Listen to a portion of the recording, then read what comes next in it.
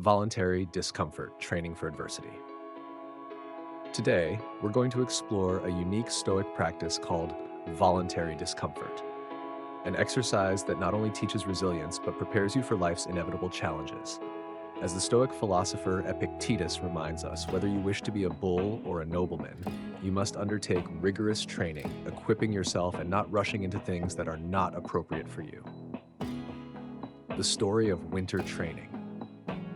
Imagine a soldier training in the dead of winter. There is no immediate war on the horizon, but that doesn't stop him from pushing through harsh conditions.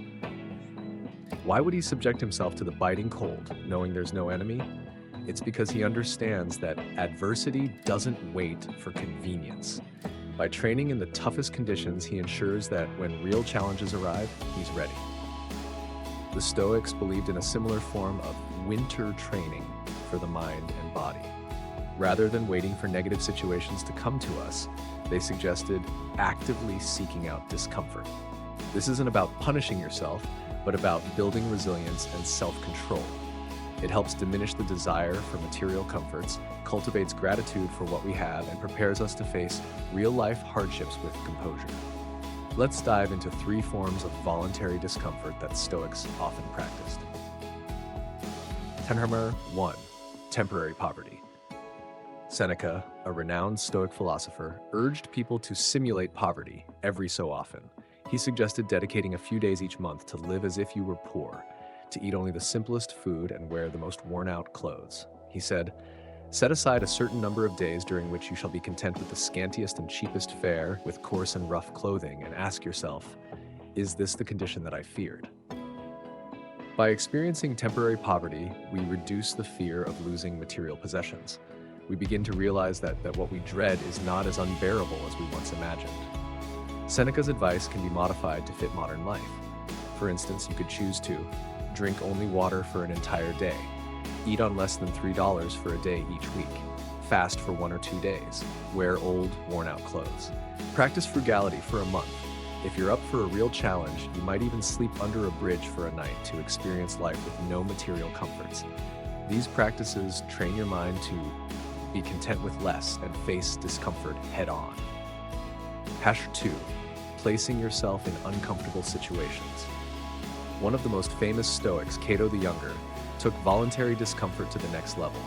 As a Roman politician and fierce advocate for Stoicism, he would deliberately dress in outlandish clothing to provoke mockery. He walked barefoot and bareheaded, regardless of whether it was a scorching day or a cold, rainy one. He embraced discomfort because it trained his mind to be unaffected by the judgments of others. You too can practice this type of discomfort by deliberately placing yourself in challenging or awkward situations. Some ideas include wearing lighter clothes in cold weather and embracing the discomfort, sleeping on the floor instead of your bed for a night, taking cold showers and pretending there's no hot water, leaving your car behind and relying on public transportation, even if it's inconvenient. This training is similar to how the military operates. It's not training if it doesn't rain. Soldiers run and drill in all conditions to ensure they are ready for anything. You can adopt a similar mindset. If it's raining, go for a run because it's uncomfortable.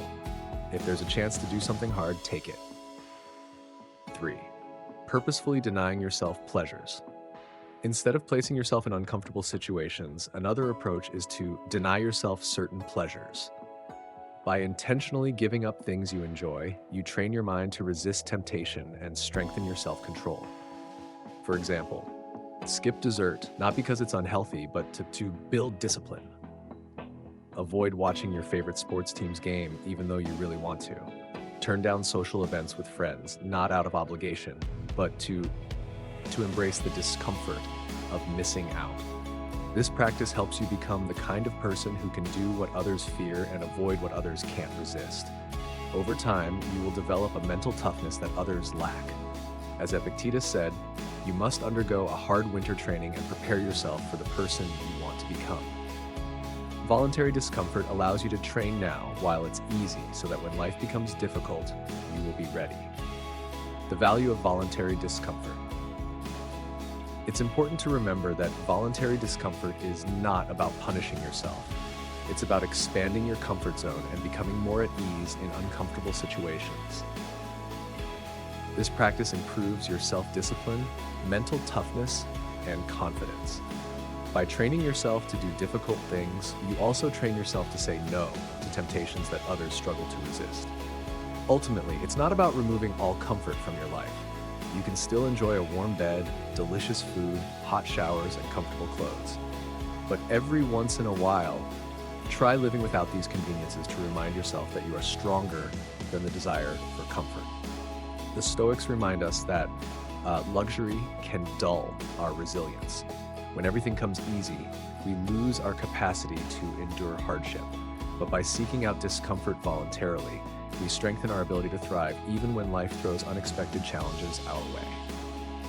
In conclusion, voluntary discomfort is a powerful tool for building resilience and mental toughness. Whether it's simulating poverty, embracing uncomfortable situations, or purposefully denying yourself pleasures, these practices will help you become more adaptable, more grateful, and more prepared for whatever life throws at you. If you've found this useful, I can expand further on how these practices have been applied throughout history and how you can integrate them into your daily life.